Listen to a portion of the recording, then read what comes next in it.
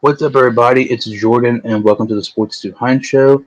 This is a brand new series I'm going to bring you all each Tuesday at 7 p.m. I'm going to give you a series called 30-Minute Drill, and I'm actually going to have a co-host weekly with my series for the first time. It's going to be a regular co-host, and my co-host joining me as a lifelong friend of mine, Braden Short. How you doing today, Braden?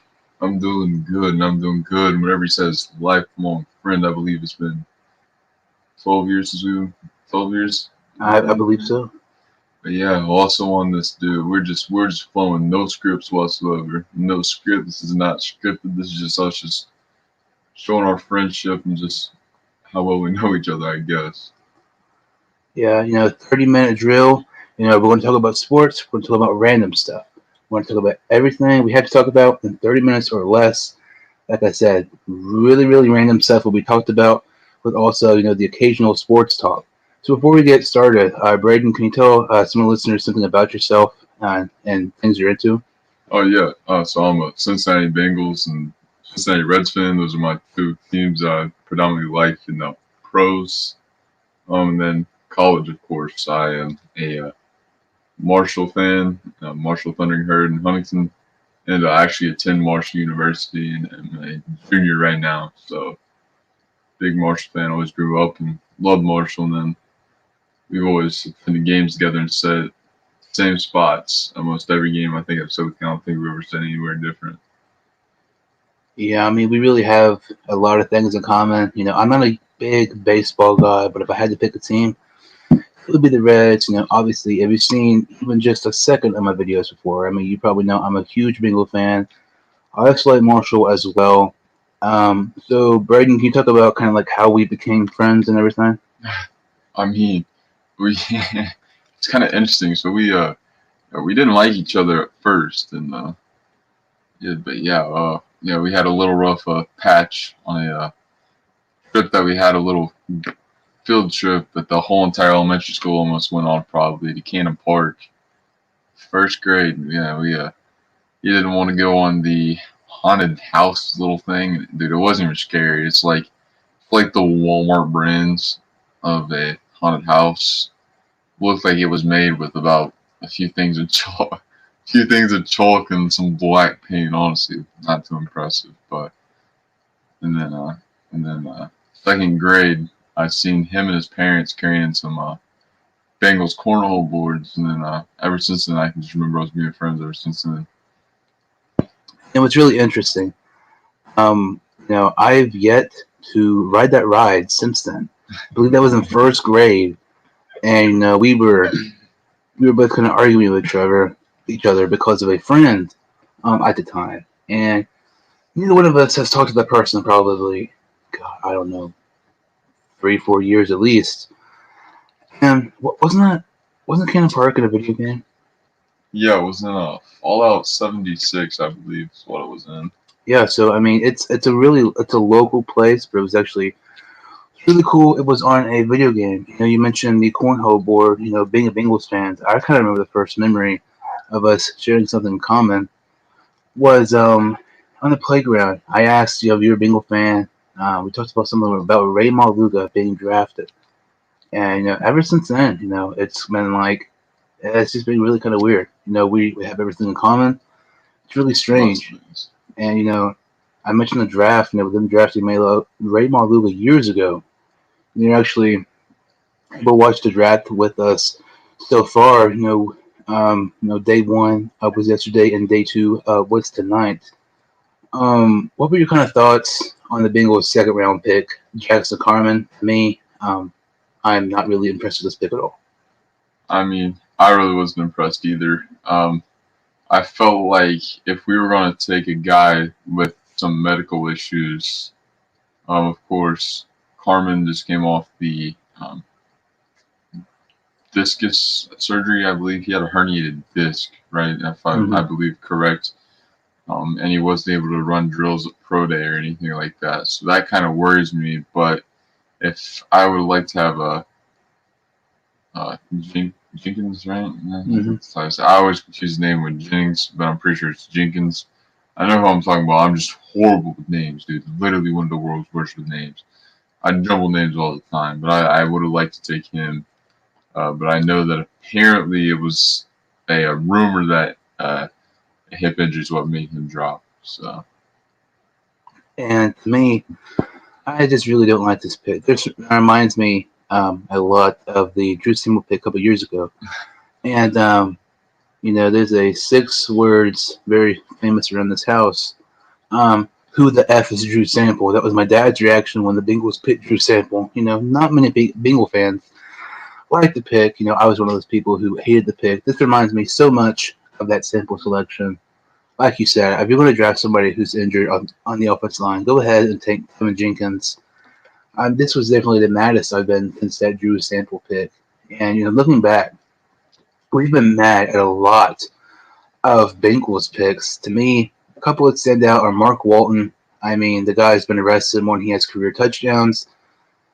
He got freaking arrested at Pizza Hut last month. I don't know how you get arrested at Pizza Hut. That's extremely difficult. If you got arrested at Chuck E. Cheese, it'd be a lot easier and more entertaining. But Pizza Hut, I have no idea how that happens.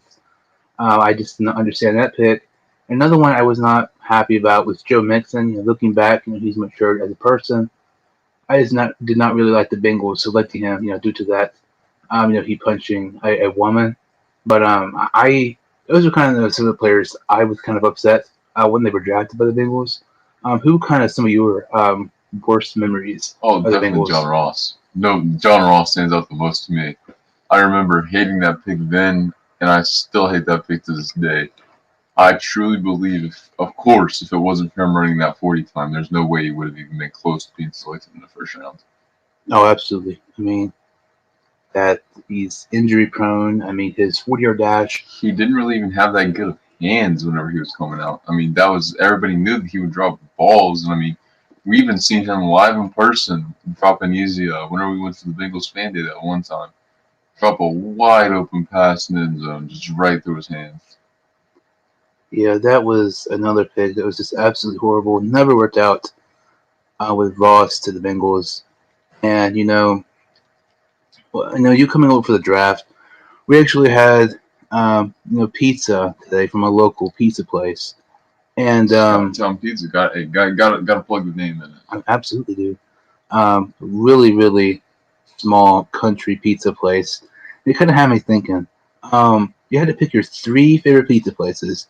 Like, it doesn't have to be local; it can just be nationwide, whatever. What's your 3 favorite pizza places? So of course, number one's got to be the good old Romeo's Pizza in Proctorville. Um, Number two, I probably got to go with. I think I want to go with Casano's. That's in like Fairfield or Hamilton. I don't know which one of the two, but it's in one of those places around there. And number three, it was in this little town outside of the Grand Canyon. I can't even remember the name of the place, but that pizza was delicious. It was such good pizza. I can't even remember the name of that place though. Yeah, to me, you mentioned Romeo's number one. Romeo's number one reminds me a lot of Draft Day. Vontae Mack, no matter what. Romeo's, no matter what. I mean, it's the best pizza place, Oh hands yeah, for down. sure. Not even close. Well, I say not even close. I think the only competition it has is Fred's Cousins. There's 2 Freds around here. There's the Freds and Uh, Wheelersburg. It's so expensive. It's not good. The Freds in Portsmouth, it is extremely good. Definitely one of the best pizza places. And to me, number 3, I've had lots of choices for number 3, but the only one I can really think of is Hudson's. And there's better. I just Hudson's is good. I feel like there's better pizza places than Hudson's, but I just could not think of Donato's. anybody. Yeah, I've had Donato's a couple of times. I like it quite a bit, but I would say Hudson's to me is probably my third. Donato's is good. Yeah. You mentioned having pizza at the like near the Grand Canyon. I know you've talked about you going to Chicago before. Oh yeah, sure. I love Chicago. It's just a great place. What's the difference between Chicago pizza and regular pizza? Um, so Chicago style pizza, kind of. It's been a while since I've been to Chicago, and honestly, whenever I was in Chicago, um, I went to Illuminati's. That's the one that I remember the best. and Illuminati's was probably my favorite. But a Chicago style pizza, it's almost like it's in like it came out in like it's almost like your crust is like a pie almost like your pizza crust, and it's like almost like there's cheese and then like the sauce is on top. So like your cheese is and like toppings are in the bottom and the sauce is on top, I believe.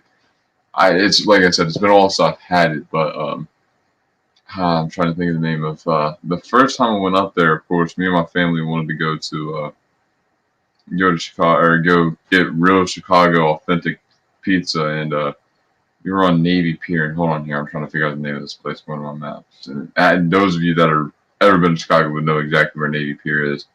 There's a pizza place right there. Uh, that was the first place I had, and honestly, I had better pizza in my life there. I think that it was just a Gordano's is the name of it. Giordano's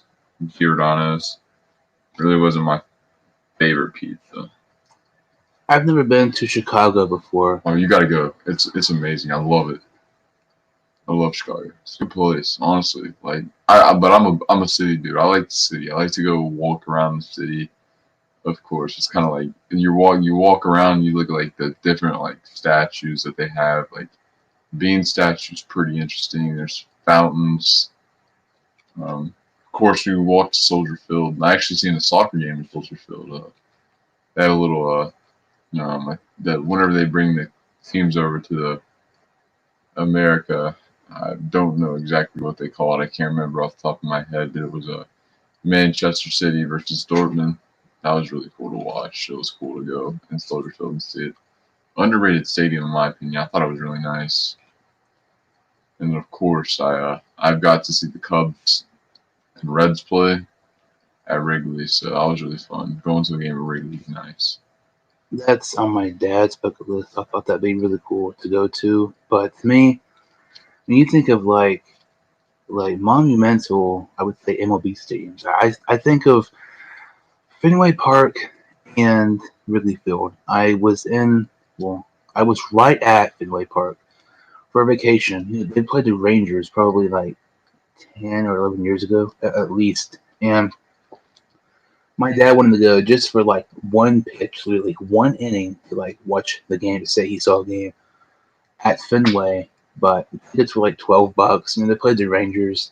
They weren't good, but they had Josh Hamilton who was pretty good. And I mean, there was unfortunately we were unable to go, but I would love to see a game at Fenway. I think seeing a game at Wrigley Field would be also really, really cool to see.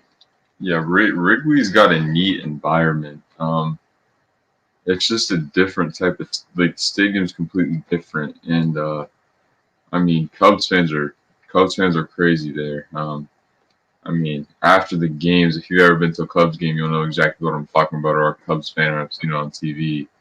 It's different if you watch on TV and actually being there in person. So whenever I went there, of course, it was for the Reds and Cubs game, and the Reds I think it was like 1-0. They lost, and the Reds I've seen them a lot. Like I've been to a pretty good amount of Reds games, I'd like to say. And at the time, this was like 2 years ago, also. It was like 2018, I would think. And yeah, they lost 1-0, and I've never seen them win in person at the time. And they were raising the W flag. I knew that they would raise it, but I didn't know the significance behind it. And then everybody started singing the "Hey Chicago, what do you say? The Cubs got the win today" song or whatever, however it goes like that. And it was really crazy that everybody in that stadium, except for maybe the few Reds fans that were there, were. And of course, I'd been cheering for the Reds, so I felt everybody in my section kind of just started cheering at me more. So it's kind of awkward just sitting there taking it from the fans.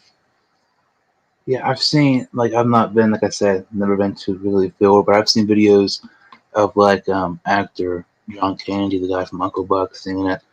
And I know Cubs fans go crazy about that, but at the same time, I mean, there was a 100-year difference between a World Series won a couple years ago in the 1990s Yeah, don't and even start. early 1900s. Don't even start on them. That's just really, really crazy. Like to me, fans are so passionate for a team who sucks. And at the same time, I'm saying that's crazy, but I mean, we're freaking Bengal fans. I mean, yeah, I was going to say we're Bengals fans. I mean, we haven't won a playoff game since I've been alive. We've not won a playoff game in like 30 years or so. And the Something Reds haven't won embarrassing. a playoff series either, I don't think, since we've been alive. I don't think. I mean, if you add up the Reds, last time they won a playoff series, and the Bengals, the last time they won a postseason game, I could be wrong, but I think it's around 50 years, which that is just another one of those things with the Cincinnati curse, in my opinion. Hopefully it's over. I think the Reds are. I think the Reds are a pretty good baseball team. I don't know if I would say they're a great baseball team, but I think they're a pretty good baseball team. So, I know we'll see. Yeah, like I said, if you see my podcast, I really do not talk much baseball because just can't really get into it. I can watch maybe like an inning or two, but if I watch more than 3 innings, I'm going to be on my phone the whole time or probably fall asleep. It's just, to me, baseball, and it's really basketball too. It just seems that it's not what they used to be at all. Yeah, I don't know what it is, but I've tried to watch a few NBA games, but I don't know if it's just a different styles of play that's coming more towards. But I have really struggled to watch NBA basketball until it gets to the playoffs, and I think a lot of it comes from these guys are getting arrests on Tuesday night games, and I think that just sometimes hurts the quality of games if you're just a casual just wanting to watch it. But hey, it's whatever. I still love and enjoy March Madness, which is probably my favorite time of year. So I don't think I even missed a game this year for March Madness. So March Madness is the only time I'll watch college basketball if it's not Marshall. really, Dude, I cannot get into college basketball at all. You uh, said March Madness is like your favorite time of the year. yeah, I mean, we've been talking about the draft. Draft day is 100% the best day of the year. It's better than Christmas. It's better than my birthday. I mean, Halloween, Thanksgiving, whatever. All those holidays, put them all together. As good as draft day, in my opinion. dude. Speaking of Christmas this year, though, it was probably the funnest Christmas I think I've ever had in my life. It's With Christmas. Yeah, with the snow that we had. I don't know if did you not get to go out and have fun in the Oh snow? yeah, we had a little bit. Oh no, we a little bit. We had like 6 inches. Speaking of storms, dude, did I have to tell you about the ice storm here? Dude, Yeah, you said it was crazy.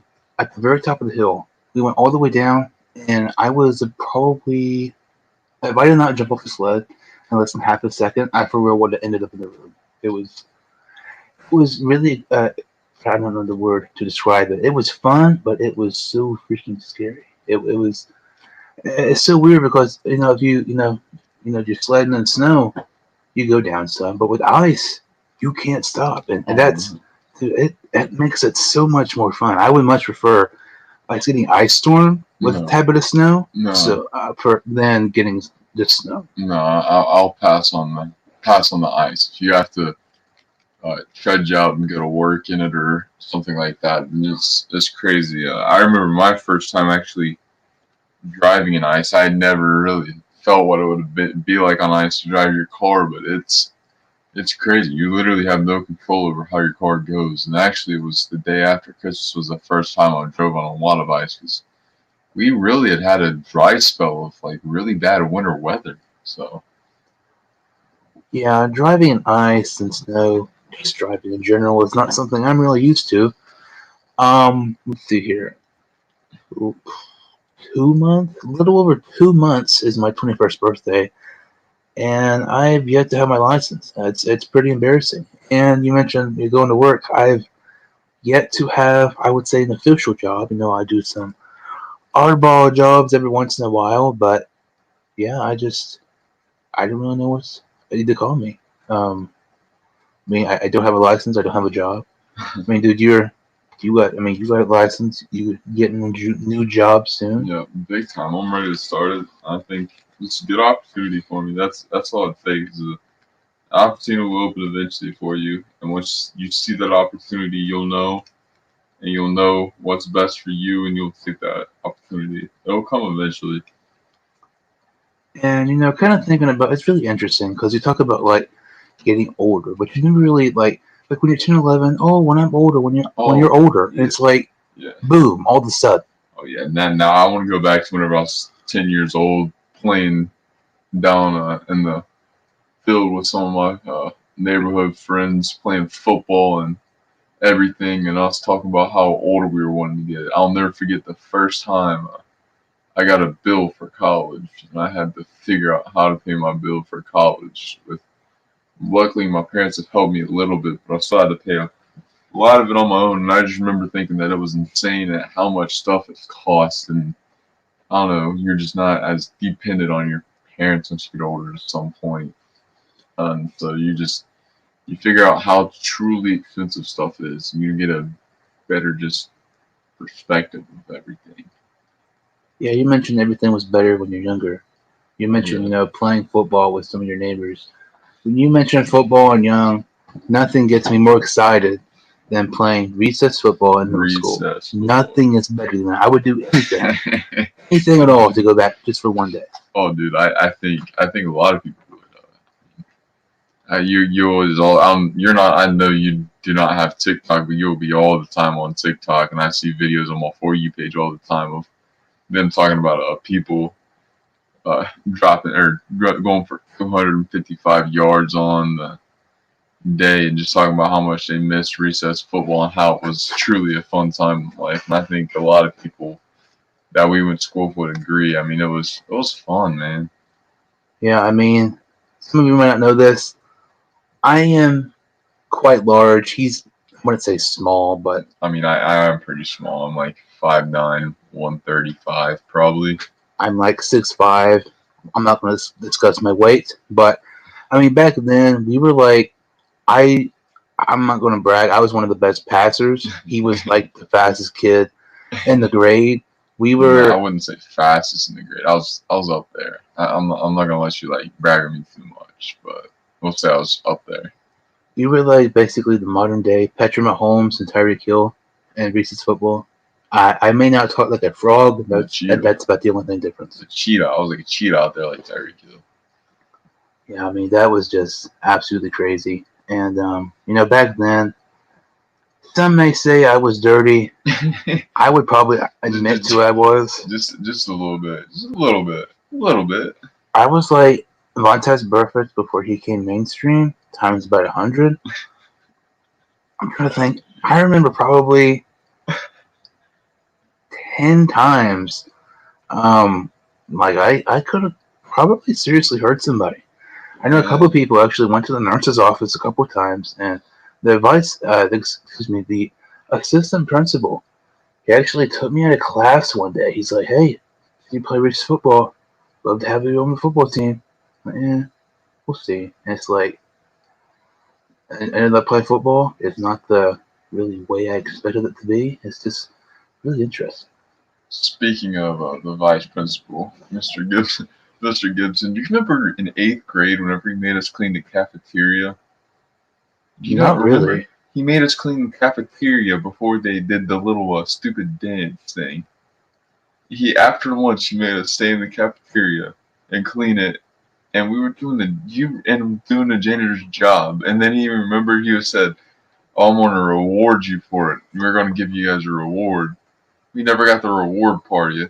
Never got anything for it. Free child labor. Can't believe you don't remember that.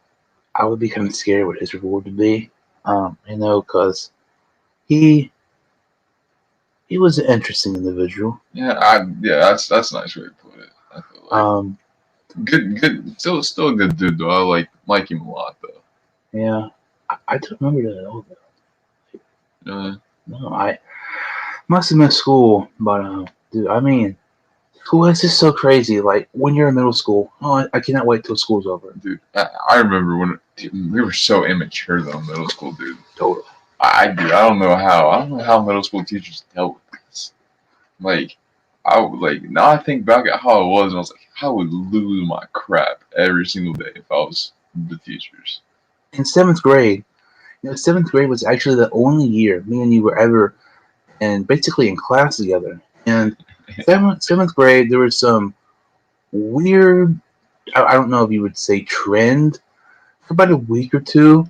I mean, you'd have like boys randomly bite each other's ears. Remember, somebody walked up to me one That day. lasted for about a month. Well, I mean, I tried my best to not get my freaking ear bit. I remember somebody walked up to me like, "Hey, what would happen if I bit your ear?" I'm like, "Well, I'd probably punch you in the face." Like, how do you come up with stuff like that? Hey, if you got your ear bit, you have to bite somebody else. No, I remember Mitch Schwamberg being like, "Boys, stop biting each other's ears." That is something you would not expect to say in a seventh grade class when boys are figuring out their bodies. Why do you have to say that to seventh graders in the first place? Like, we should know better. I have totally had forgotten about biting ears. You remember the same grade, Miss Schwamberger, somebody wrote a penis on the wall with a permanent marker? You remember that? Do you remember in 8th grade whenever they were all around the school? Do you not remember that? Yeah, it should have been called the Pecker Sketch. Yeah, and they and they pulled like a certain one, like the class that had the more, I guess, I don't know, the class that they thought was doing it out of Miss Lewis. I happened to be in that class. I wasn't the one doing it, but we were getting yelled at for it, and it was all on my mind not to just die laughing while we were getting yelled at for it. I mean, it's just so crazy. Speaking of drawings, never forget the time Miss Mustard, 6th grade English, telling me my leaves looked like turkeys We could that I drew. It looked nothing like it. It had a stem and everything on it. talk about that literally for like 10 minutes, like because I mean, there's so many things to talk about, First time Miss I got Munster. detention was in that class. Yeah, like we could have a whole conversation about that and attention, but we're gonna probably say that for a next episode because that is going to be that could probably take a whole freaking episode. Miss Munster, poetry, collars, karate kicks.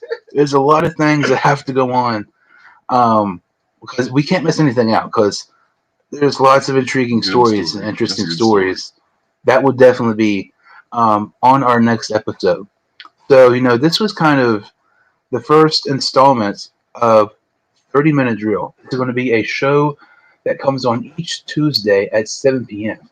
And, that kind of about does it for this series premiere of this show. So, Braden, can you tell some of the listeners to follow you on social media? Yeah, of course. Hey, drop me a follow on Instagram and Twitter at B with 2 underscores short. I'm public on everything, so drop me a follow for sure. Excited to get this started. I think it's gonna be good, man. Yeah, it's going to be really interesting. I mean, this episode, we talked about the Bengals draft picks. Miss Mustard, recess football, boys biting each other's ears. This is basically going to be how every episode is. Like you said, no scripts. We just make stuff up as we go. But It's like a normal conversation. These are all true stories. Yeah, we do not make crap up. These are all 100% authentic and real. Make sure to follow me, on social media, the Sports Behind Show on Instagram and Twitter.